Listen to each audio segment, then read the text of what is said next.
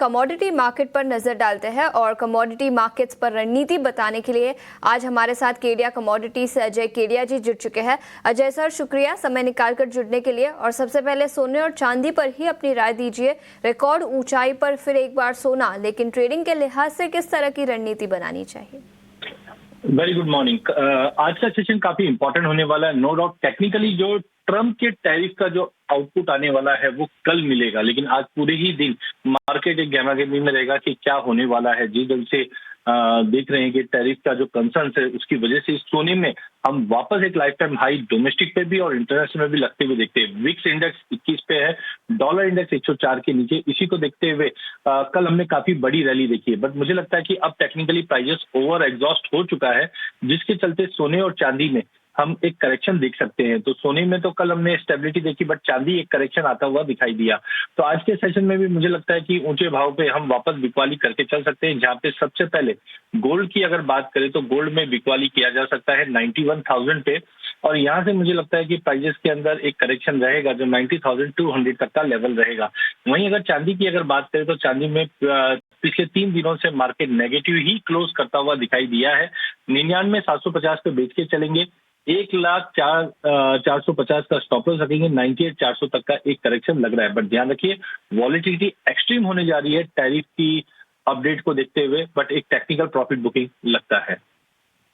और चांदी पर बिकवाली की राय, लेकिन इसके अलावा ब्रेंट क्रूड पर आपका क्या नजरिया होगा?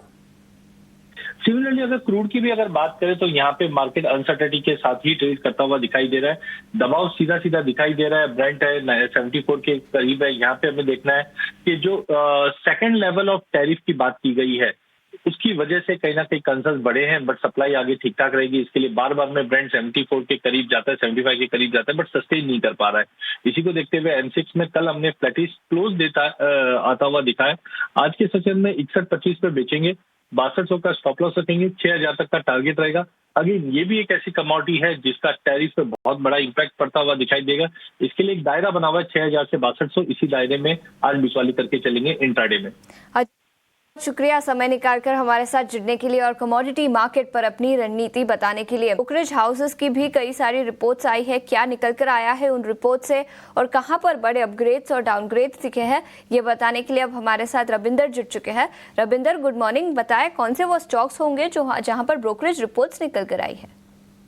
जी गुड मॉर्निंग। तो सबसे पहले हम शुरुआत करेंगे टाटा कंज्यूमर से, जहां पर गोल्डमैन सैक्स ने अपनी रिपोर्ट निकाली है और उन्होंने अपग्रेड किया स्टॉक को बाई पर, और टारगेट प्राइस जो 1,040 से बढ़ाकर 1,200 पर रखा है। जहाँ पे उनका कहना है कि कंपनी का जो अर्निंग ग्रोथ है FY25 से लेकर 27 तक वो काफ़ी स्ट्रॉन्ग रह सकती है, और प्राइस हाइक के चलते कंपनी का जो टीम मार्जिन है उसमें भी इम्प्रूवमेंट देखने को मिल सकता है।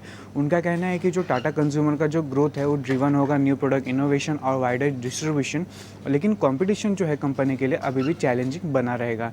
इसी के साथ साथ IT सर्विसेज पे यहाँ पे JP मॉर्गन ने भी रिपोर्ट निकाली है, जहाँ पे उन्होंने कुछ स्टॉक्स को अपग्रेड किया है और कुछ को डाउनग्रेड किया है। तो HCL टेक को उन्होंने डाउनग्रेड किया है, ओवरवेट जो उन्होंने पहले न्यूट्रल दिया था, और उसके पीछे जो की रीज़न है उनका कहना है कि जो वीक Q4 रिजल्ट देखने मिल सकता है, और कंपनी का जो डील विन था वो भी लो था, और इकोनॉमिक अनसर्टेनिटी के चलते उन्होंने HCL टेक को जो है डाउनग्रेड किया है। टेक महिंद्रा को उन्होंने अपग्रेड किया है अंडरवेट से न्यूट्रल, जहाँ पे उनका कहना है कि जो सेल्फ इंप्रूवमेंट मार्जिन स्टोरी जो है वो टेक महिंद्रा के लिए काफ़ी अच्छी है। और FY26 गाइडेंस की बात करें इंडियन IT सर्विसेज की, वो एक क्रूशियल हो सकता है, और FY26 में भी जो है स्लो डाउन देखने को मिल सकता है इंडियन IT सर्विसेज में। Q4 की बात करें तो Q4 में भी जो है वो वीक देखने को मिल सकता है इकोनॉमिक अनसर्टेनिटी के चलते, और FY26 का जो ग्रोथ है उसमें जो है स्लो डाउन देखने को मिल सकता है। JP मॉर्गन के जो टॉप पिक है इंडियन IT सर्विसेज में वो कोफोर्ज, परसिस्टेंट सिस्टम, इन्फोसिस, KPIT टेक और LTI माइंडट्री है।